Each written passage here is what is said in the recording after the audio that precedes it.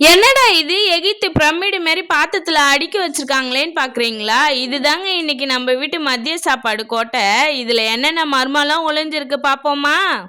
முதல்ல நம்ம வீட்டு முட்டைகோஸ் பொரியல். உலகத்திலே வெட்டுறதுக்கு கஷ்டமா, ஆனா சாப்பிட்றதுக்கு ஈஸியான ஒரே பொருள் இதுதானா? பருப்பெல்லாம் போட்டு பவுடரெல்லாம் போட்டு மேக்கப் பண்ணி அவ்வளோ அழகா உட்கார வச்சிருக்கேன் பார்த்தீங்களா?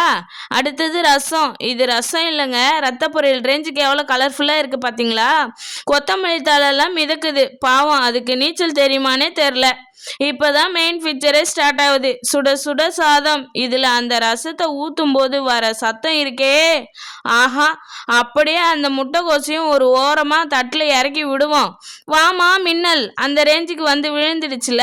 என்ன ஃப்ரெண்ட்ஸ், பார்த்துட்டே இருந்தா பசி அடங்காதுல்ல. நான் சாப்பிட கிளம்ப போறேன். நீங்களும் உங்க வீட்டுல ரசம் இருந்தா ஊத்தி ஒரு புடி புடிங்க.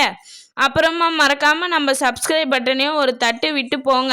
டாடா ஃப்ரெண்ட்ஸ், நெக்ஸ்ட் ஒரு வீடியோவில் மீட் பண்ணலாம். அது வரைக்கும் உங்களிடமிருந்து விடைபெறுவது உங்கள் அன்பு தங்கை பிரேமாவதி. பாய்.